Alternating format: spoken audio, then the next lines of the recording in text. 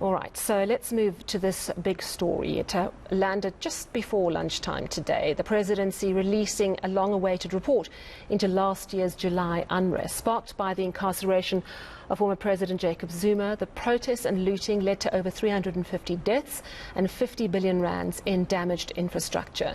Today's report focused on the government's response to the unrest. It highlights that the police and intelligence services were woefully inadequate, worsened by a lack of resources, communication problems, infighting, and on the part of the cabinet, differing views on what was happening and how it should be handled.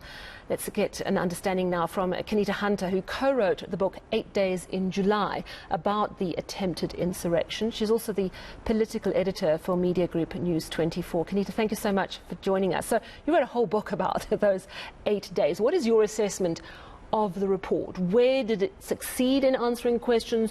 Where did it fail? What new information did you see today?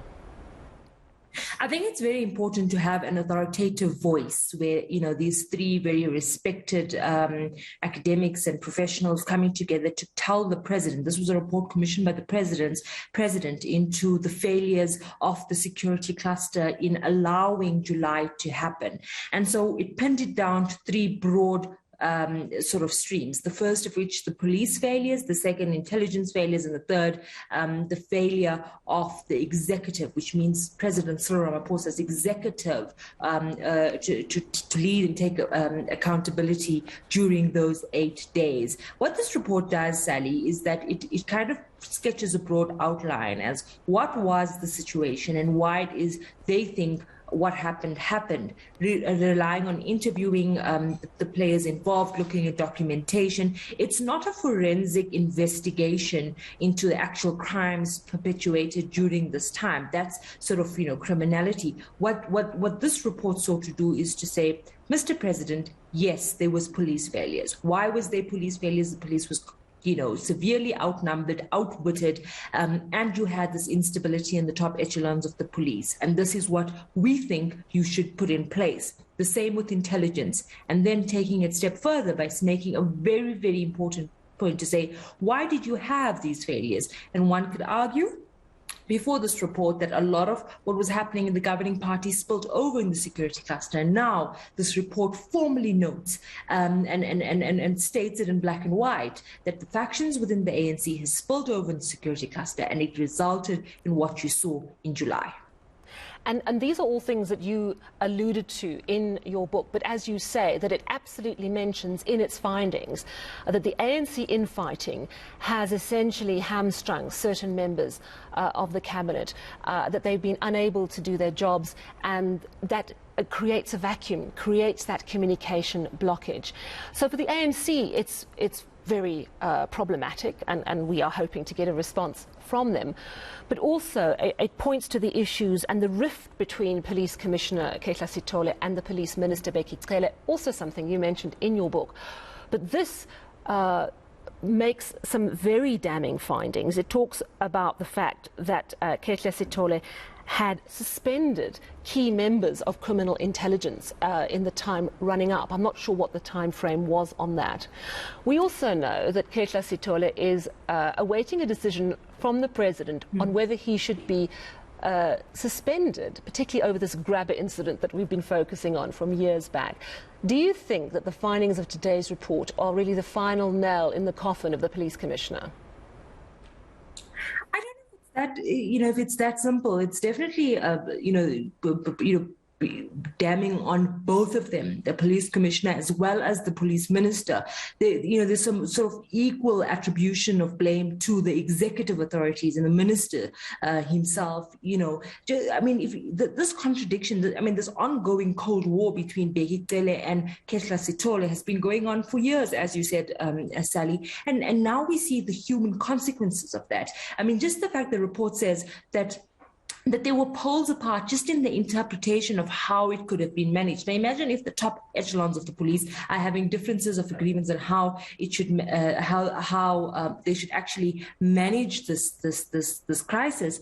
You know, how confused would police officers on the ground have been during that time when their own bosses were not, sort of seeing eye to eye. Now, there was a very interesting part of this report, Sally, that I think can't be ignored, and I hope to see the president speak to this in his State of the Nation address or in the days coming after that, where the report says that there probably needs to be a change in the constitution. In relation to the appointment of the police commissioner. We know that that's a process that is guided by law. But what the panel led by Professor Sandy Africa says is that there was this opaqueness in the relationship where you saw the minister almost being taking over day-to-day activities. He was running around Durban, whereas the police commissioner was sitting in Pretoria.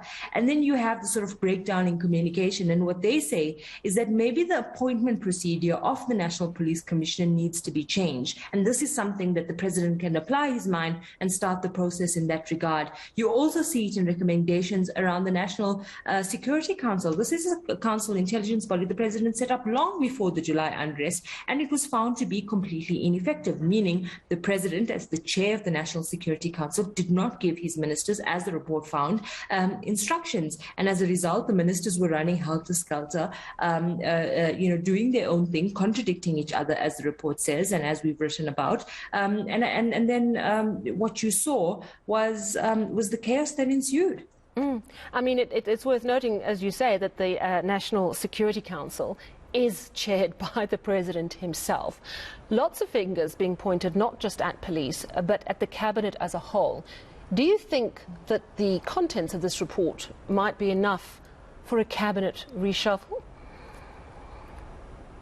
I think that, the president doesn't generally operate that way. And I mean, it was quite fascinating that this report had to point and remind the president of a previous report that he commissioned, which is a report into the State Security Agency. And they almost say to him that, a lot of the solutions that could have prevented what happened in July is in this report that has been sitting on your desk since 2018. And there's been very little implementation of the recommendations of that report that the president's commission. So the president doesn't have the best track record in implementing his own reports. One looks at the Sydney Mufamaji report as an example. There are other reports in relation to state-owned enterprises. And so, one holds one's breath, that the president will take action, and there is this commitment in the statement by the presidency that he will announce some reforms or some response in his State of the Nation address. But I think that this is a much bigger problem to fix than a cabinet reshuffle. But more importantly, there's very easy,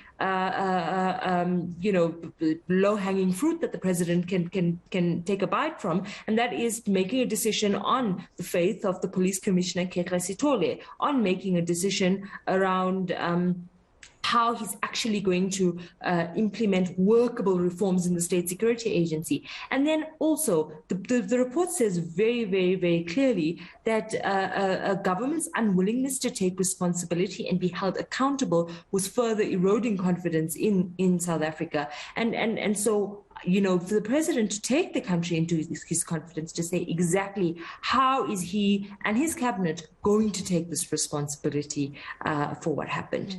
I mean, certainly the presidency, in releasing this report today, said the president will be outlining action that will be taken when he delivers his State of the Nation address. But another issue that comes through very clearly, it's not exactly breaking news because we know it to be so, but it certainly highlighted the incredible budgetary constraints against the police. Public order policing not having enough tear gas canisters or rubber bullets. This issue of only one water cannon per province for the public order policing units. They had to get a water cannon from another province. I mean, do you think it's inevitable that the president is also going to have to speak about the budget allocated to the police?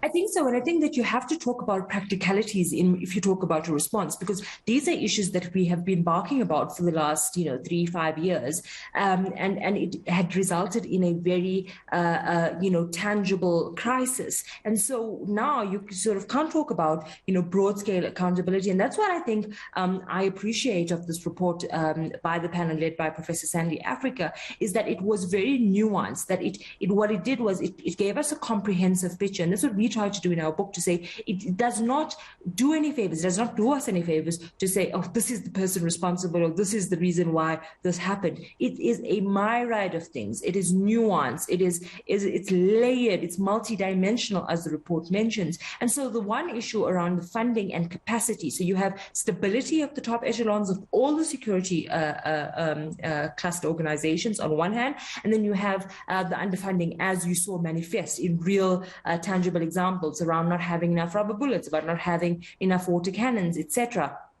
And so, I mean, you're going to see this perpetuate further when people talk about where are the successful prosecutions, not just the random arrests of looters from the street, but the successful prosecutions as a result of July. And you're going to see a very startling number. And again, that speaks to incapacity of the criminal justice system, and again speaks to the under-resourcing of it,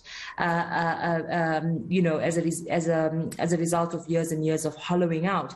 But again, these are problems the president has been kept abreast on. These are things that he had commissioned information and reports on, and it was something that could have been prioritized. All right. Well, thank you so much for chatting to us this evening. Qaanitah Hunter, she's the political editor at News 24. She's also the co-author of the book, 8 Days in July.